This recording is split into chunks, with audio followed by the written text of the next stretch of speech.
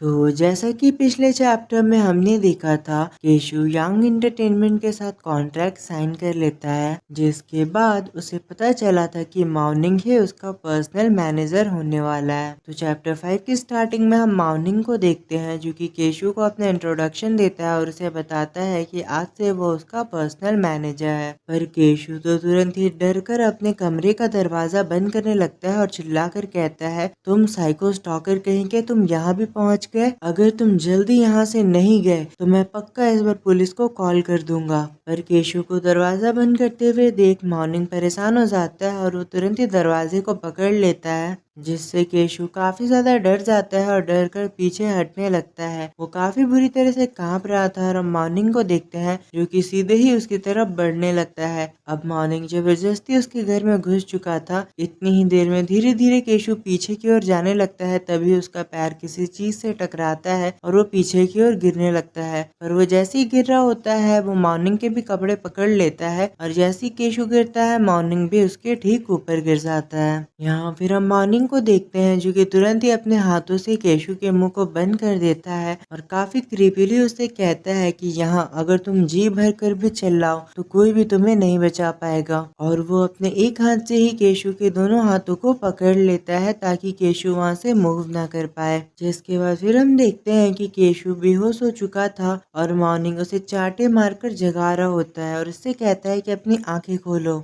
और केशु जैसे ही होश में आता है, वो देखता है मॉर्निंग ने अपना फोन उसके चेहरे पर लगा रखा था। केशु तुरंत ही उठ जाता है और फोन की तरफ देखने लगता है, जहां यांग एंटरटेनमेंट के सीईओ डोंग यांग का उसे कॉल आया हुआ था। यहाँ हम यांग को काफी ज्यादा पसीनों में भीगा हुआ देखते हैं और वो केशु से कहता है, तुम ये जो लंबा चौड़ा भरोसेमंद और हैंडसम आदमी देख रहे हो, इसका नाम है मॉर्निंग और ये तुम्हारा पर्सनल मैनेजर होने वाला है। जब केशु से कहता है भरोसेमंद, आखिर ये तुम्हें कहाँ से भरोसेमंद लगता है? पर यांग केशु की बातों को फुल टू इग्नोर करते हुए कहता है, अगर ये भरोसेमंद नहीं है तो हैंडसम तो जरूर होगा। पर केशु तुरंत उसे कहता है, ये मुद्दे की बात नहीं है, चाहे कुछ भी हो जाए मैं इसे अपना पर्सनल मैनेजर नहीं बना सकता। वैसे तुम मुझे बताओ, क्या सच में मुझे इसके साथ अपना हाउस शेयर करना पड़ेगा? जिस पर यांग उसे कहता है कि तुम तो दिन भर जॉब पर जाते हो, तो मॉर्निंग केवल रात में तुम्हारे साथ रहेगा, क्योंकि तुम वीडियोस को रात में बनाने वाले हो तो वो तुम्हें असिस्ट करेगा। और अगर तुम्हें उस घर में रहने की दिक्कत हो रही है तो हम तुम्हारे लिए कोई बड़ा घर भी खरीद कर दे सकते हैं। तुम बस अपना जलवा चलाओ और मॉर्निंग को ऑर्डर दो, वो तुम्हारी सारी बातें मानेगा।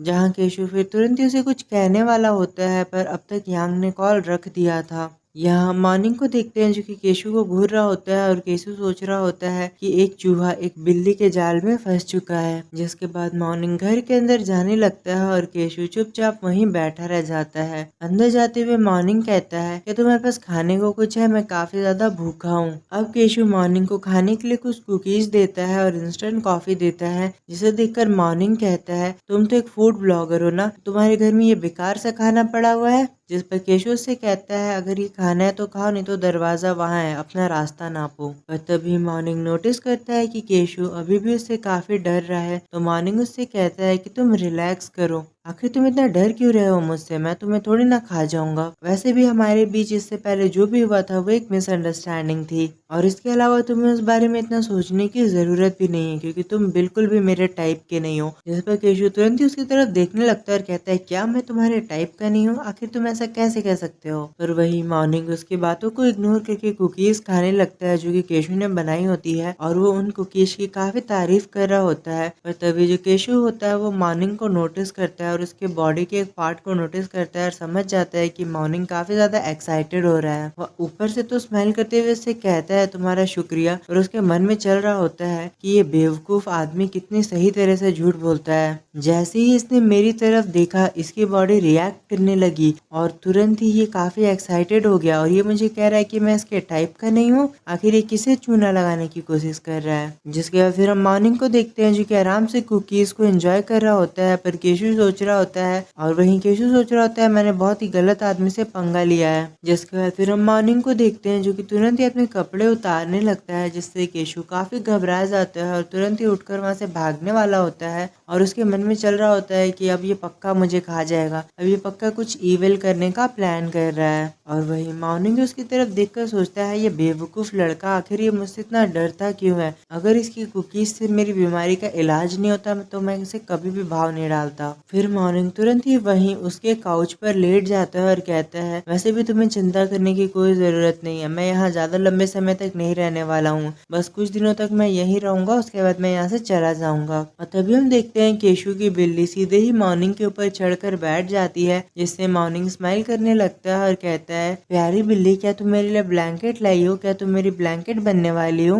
पर तभी केशु कुछ नोटिस करता है और वो तुरंत ही मॉर्निंग को रोकने वाला होता है, पर हम देखते हैं मॉर्निंग तो बिल्ली को काफी ज्यादा प्यार कर रहा होता है और काफी ज्यादा एंजॉय कर रहा होता है। और हम देखते हैं वो बिल्ली तुरंत ही मॉर्निंग के ऊपर अपने पेट की टंकी खाली करके वहां से भाग जाती है, जिससे मॉर्निंग काफी हैरान रह जाता है। और फिर केशु कहता है कि मेरी बिल्ली हमेशा ही ऐसा करती है जब उसे कोई पसंद नहीं आता है। पर तभी मॉर्निंग उठता है और कहता है अब तो मुझे लगता है कि मुझे तुम्हारा शावर भी इस्तेमाल करना होगा। केशु तो ये बात सुनकर काफी हैरान हो जाता है और कहता है क्या तुम यहाँ पे नहाने वाले हो। और एक और बात जो कि उसे काफी ज्यादा डरा रही थी कि काउच के ऊपर तो बिल्ली ने अपना पेट खाली कर दिया, तो इसका मतलब है कि अब ये साइको मेरे साथ आकर बेड पर सोने वाला है। जिसके बाद फिर हम मॉर्निंग को देखते हैं जो कि बात लेने के लिए चला जाता है। वहीं केशु अपने बेड पर आ जाता है और खुद को कोस रहा होता है कि आखिर वो लालच में आकर उस कंपनी के पास क्यों गया। फिर उसके मन में चलने लगता है अगर मैं कभी ब्लाइंड डेट पर नहीं जाता तो मैं इस गुंडे से मिलता ही नहीं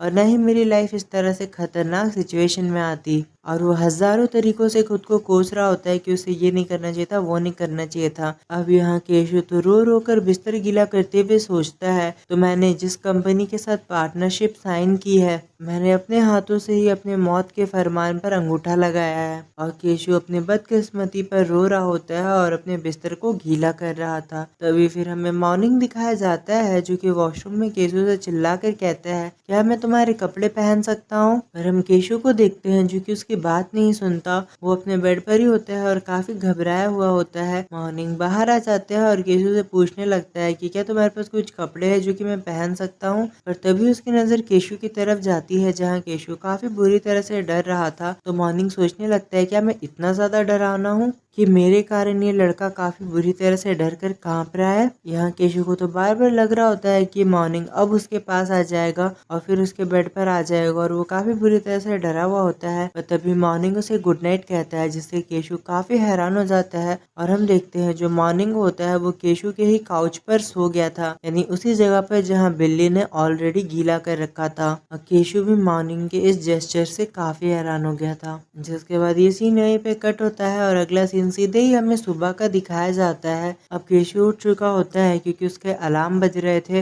वो उठकर तुरंत ही आगे बढ़ने लगता है। पर तभी उसकी नजर मॉर्निंग की तरफ पड़ती है और वहाँ वो मॉर्निंग को देखकर ऐसे तो काफी ज्यादा घबरा जाता है और वो तुरंत ही मॉर्निंग की तरफ बढ़ने लगता है। वो अपनी आंखें फाड़ फाड़ कर मॉर्निंग को देख रहा होता है। फिर वो तुरंत ही मॉर्निंग के पास जाकर बैठ जाता है और सोचता है इसने बिल्कुल भी मेरे पास आने की कोशिश नहीं की। और वो मॉर्निंग से माफी मांगते हुए कहता है कि मुझे माफ करना कि मैंने तुम्हें गलत समझा। फिर केशु उसे देखकर सोचने लगता है कि काउच के ऊपर सोना तो काफी ज्यादा पेनफुल और अनकंफर्टेबल रहा होगा, ये बेचारा रात भर काउच पर सोता रहा। लगता है ये भी मेरी तरह कोई सैलरी गाय है, यानी ऑफिस में काम करता है, ना कि कोई गैंगस्टर है। मुझे इसके लुक्स के कारण इसे जज नहीं करना चाहिए था। और केशु काफी प्यारी स्माइल करते हुए उसकी तरफ देखने लगता है। फिर वो तुरंत ही उठकर चला जाता है और सोचता है कि अब मेरे ऑफिस का टाइम हो चुका है। और केशु के वहां से जाते ही हम देखते हैं मॉर्निंग अपनी आंखें खोल देता है, जिससे हमें पता चलता है कि इतनी देर से मॉर्निंग केवल सोने का नाटक कर रहा था। फिर मॉर्निंग कहता है अच्छा हुआ मैं 1 घंटे पहले ही जाग चुका था।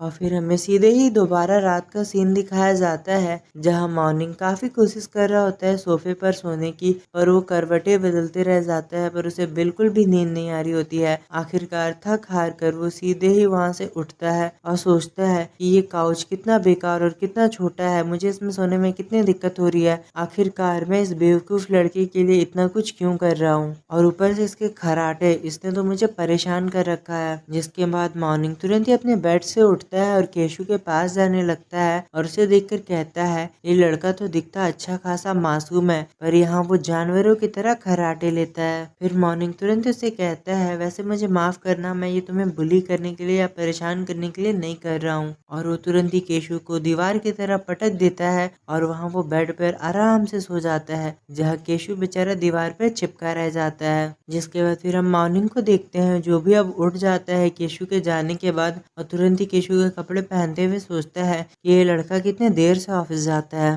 फिर मॉर्निंग भी वहाँ से जाने वाला होता है फ्रेश होने के लिए, पर तभी उसकी नज़र ब्रेकफास्ट पर पड़ती है। केशु ने उसके लिए कुछ मसालेदार बना रखा था और एक नोट छोड़कर वो गया था कि मुझे माफ करना कि मैंने तुम्हें गलत समझा, चलो हम सब कुछ फिर से शुरू करते हैं और अच्छे से रहते हैं। जहाँ मॉर्निंग काफी खुशी के साथ वो खाने लगता है और उसे वो काफी टेस्टी लग रहा होता है, पर वो खाते ही मॉर्निंग एक बार फिर से एक्साइटेड हो जाता है। अब अगली सीन में हम केशु को उसके ऑफिस में देखते हैं, जो कि काफी खुश नजर आ रहा होता है, पर तभी उसे कुछ अजीब लगता है। वो अपने कोवर्कर से पूछता है कि आखिर यहाँ क्या हो रहा है। तभी उसका कलीग उसे बताता है कि हमारे एक नए बॉस यहाँ पर आ रहे हैं, और वहाँ वो सभी उम्मीद कर रहे होते हैं कि कोई खतरनाक बंदा ना आए जो कि उनसे ओवर टाइम कराए। और तभी उनके नए बॉस भी वहाँ पर आ जाते हैं और सभी लोग को इंट्रोड्यूस कराया जाता है मिस्टर जैंग से, जो कि यहाँ के नए बॉस होने वाले हैं। जहाँ मिस्टर जैंग को देखते हैं, जो कि केशु की तरफ ही देख रहा था, और केशु चुपचाप पीछे खड़ा होता है। जहाँ फिर ये सीन यहीं पे कट हो जाता है और अगला सीन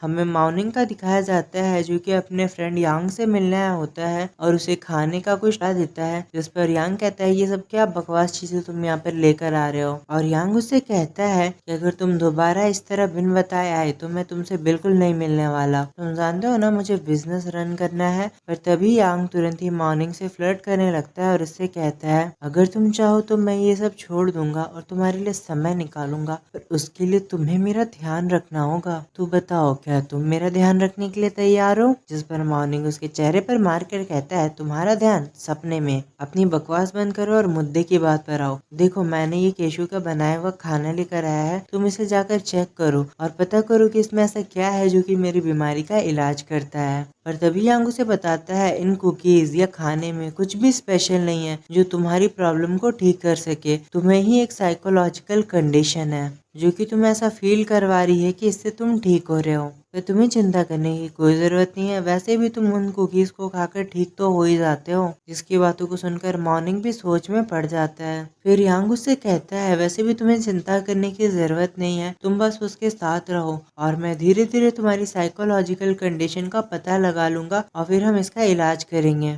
वैसे भी उसके साथ रहना तुम्हारे लिए काफी फायदेमंद हो सकता है, क्योंकि केशु काफी मासूम और प्यारा है, उसके साथ कडल करने में काफी मजा आएगा। जिस पर मॉर्निंग भी सोच में पड़ जाता है और कहता है, हाँ वैसे केशु की स्किन तो काफी ज्यादा सॉफ्ट है। तो तभी उसे होश आता है और वो कहता है, रुको तुम कब तक चाहते हो कि मुझे उसके साथ रहना चाहिए? जिस पर यांग मजाक मजाक में उससे कह देता है, कुछ महीनों या पूरा साल, तुम्हारी मर्जी, तुम जब तक चाहो उसके साथ रह सकते हो। जिस पर मॉर्निंग कहता है, अगर मैं चाहूँ भी तो वो मुझे अपने साथ नहीं रखेगा और मुझे जल्दी ही अपने घर से बाहर निकाल देगा। इसकी बात को सुनकर जो यांग होता है वो काफी हैरान हो जाता है और स्माइल करते हुए कहता है, कैसे सच में लगा कि मैं भी सीरियस होकर कह रहा था कि इसे केशु के साथ साल भर रुकना होगा? मैं इसे जो भी कहता हूँ ये तुरंत ही मान लेता है। फिर वो तुरंत ही यांग से कहता है कि तुम बस उसका ध्यान रखो और अच्छे से बिहेव करो और थोड़ा चार्मिंग बनने की कोशिश करो, उसे रिझाओ ताकि वो तुम्हें अपने साथ रखने के लिए मान जाए। और वो सीन वहीं पे कट हो जाता है। अगला सीन हमें केशु का दिखाया जाता है, जो कि अपने घर लौट रहा होता है और वो सोचता है कि जब से यह नया बॉस आया है मेरी लाइफ तो और भी ज्यादा परेशान हो चुकी है, और ऊपर से मेरे घर पे रहने वाला वो खतरा, मेरी तो आगे कुआं पीछे खाई है।